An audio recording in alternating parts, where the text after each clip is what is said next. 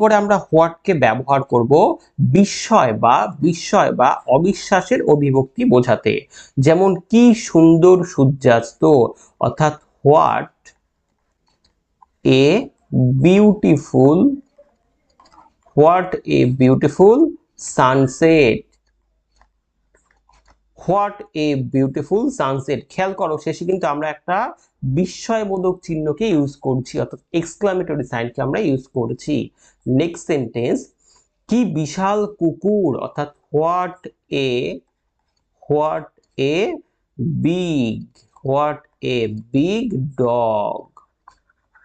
একটা আচ্ছা, এরপরে কি দারুণ আইডিয়া, অর্থাৎ হোয়াট এ গ্রেট আইডিয়া।